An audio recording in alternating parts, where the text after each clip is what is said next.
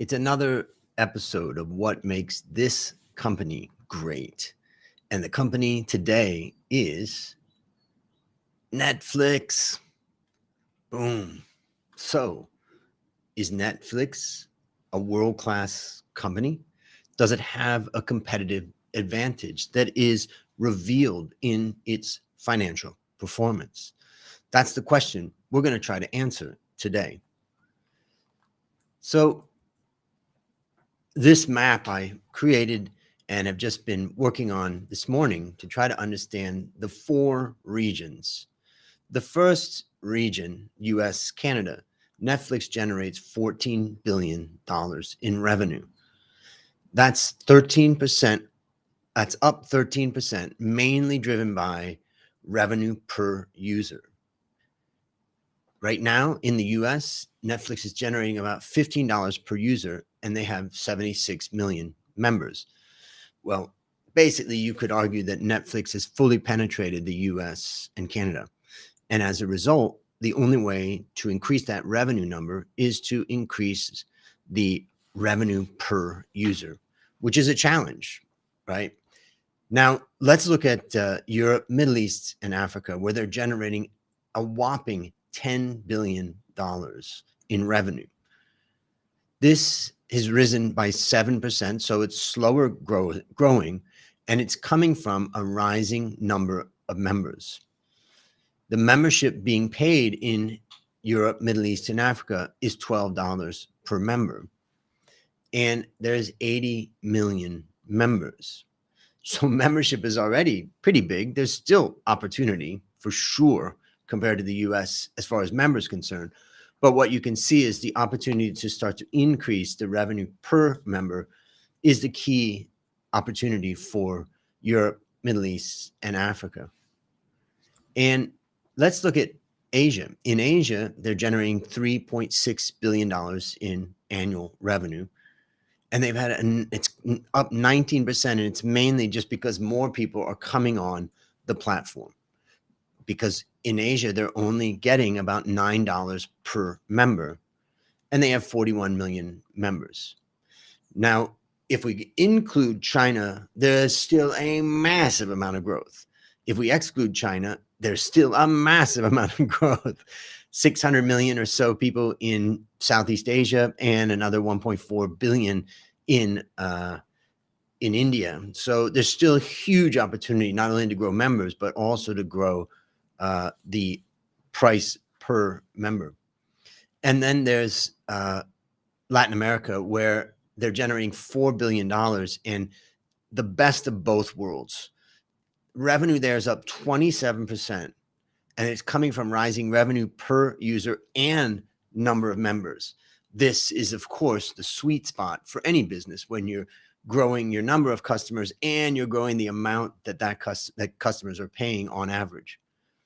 And still, there's more upside. Right now, it's $8 per member, which is basically half of what's being paid in the US. Now, you have to adjust for levels of economic development and stuff, but there's still some room there. And 42 million members in Latin America is a pretty big number, but probably still some opportunity to grow.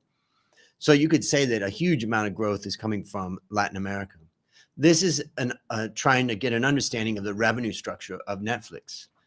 Now, Netflix rise was heavily influenced by Blockbuster's downfall.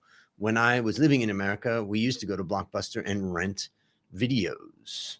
Blockbuster dominated video rental with physical stores and seized the online streaming market in the beginning.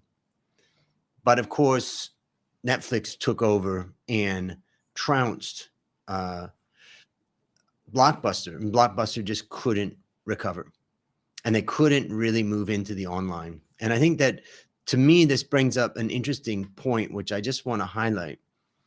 One of the lessons that I've learned about building strategy within a company is that you want to look at the company's DNA and be careful not to build strategy that's far away from the DNA, because it's very possible that the company can't do it or can't do it successfully. And what was the DNA of Blockbuster? It was managing stores. So to switch it to a high-tech online streaming service just was something that wasn't in the DNA. So when you think about your business or a business that you're investing in, and you're asking them to come up with new revenue streams and all that, I think it's important to think about the DNA aspect of it. So let's look further. Why is Netflix so successful? Well, smart worldwide expansion, 100% online platform makes it almost infinitely scalable. This is what's the dream of every single business owner. A variety of options, right? Wide range of movies, TV series, shows, and documentaries. Mainly, I go on Netflix for the documentaries. Flexibility, right? It's available both iOS on Apple phones and Android. And then there's, of course, multiple ways to pay, which is important when you're expanding globally. So here we can see the premium pricing package is about $20 per month.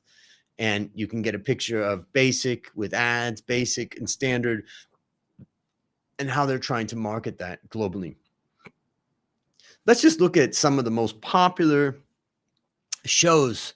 These are series or shows with the most hours watched in 28 days. The first one, number one, Stranger Things season 4, 1.4 billion hours watched in those 28 days. Number 2, Wednesday season 1, 1.2 billion hours watched. And number 3, Dahmer, 856 million hours watched. Incredible numbers.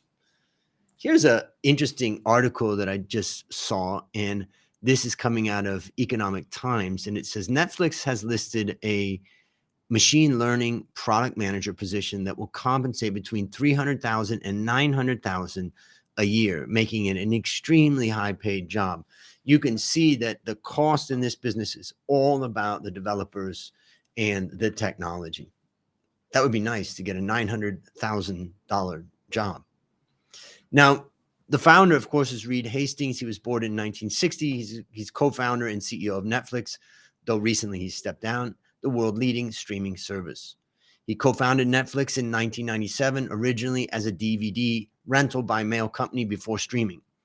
He was inspired to start Netflix after incurring a late fee on a movie rental, sparking the idea for a subscription-based service. Now, he just stepped down as co-CEO in early 2023, and he's going to remain as executive chairman. He's known for his philanthropy and has served on the boards of various educational and nonprofit organizations. So what is the competitive strength of Netflix? Before we look at that, the company's in the consumer services sector. They've got 12,400 employees and about 32 billion roughly dollars in revenue. And the main segments, of course, are the streaming and the original content. And then they have a little bit of legacy business, which is pretty much gone or not a significant element. Now, the competitive advantage came through streaming media platform, original content, and personalized recommendations. It was achieved by pioneering the subscription-based streaming model, investing in original programming, and using data analytics to optimize user experience and expanding globally. We've seen all of those things come together. I know when I'm on Netflix and I think about what it recommends to me, it's pretty good at recommending. And my mother watches it too, and it's very good at recommending for her too. But the question is the company financially world-class? So here's the method I use as an investor and business owner to measure whether a company has a competitive advantage. The world-class benchmarking scorecard that we developed 10 years ago. We construct the scorecard for any company by first gathering the yearly and quarterly financial data of 26,000 companies worldwide. We then calculate each company's profitable growth score, which is a composite measure of both profitability and growth. And after that, we rank the subject company relative to sector peers of a similar size. It's a decile ranking from 1 best to 10 worst. And a score of 1 or 2 is financially world-class. And we assess the company's performance over the prior 4 years and the past 12 months. So let's see, what about Netflix? In fact, what we can see here is that Netflix has a rating of 1 or 2 in the past 12 months, as well as going back to 2020. Now, 2019, it was a little bit below, but we can say that, in fact, the Netflix is actually seeing the competitive advantage that they've developed through all of the streaming services that they're marketing. So yes, in fact, this company is great. It does have a competitive advantage that we can see in the actual performance. So my question to you, is your company financially world-class? If you own or lead a company with more than $15 million in annual revenue, just comment or DM me and I'll score your company. Ladies and gentlemen, that is what makes this company great, Netflix. Hopefully you learn from this, and feel free to leave any comments in the comments below. Have a great day.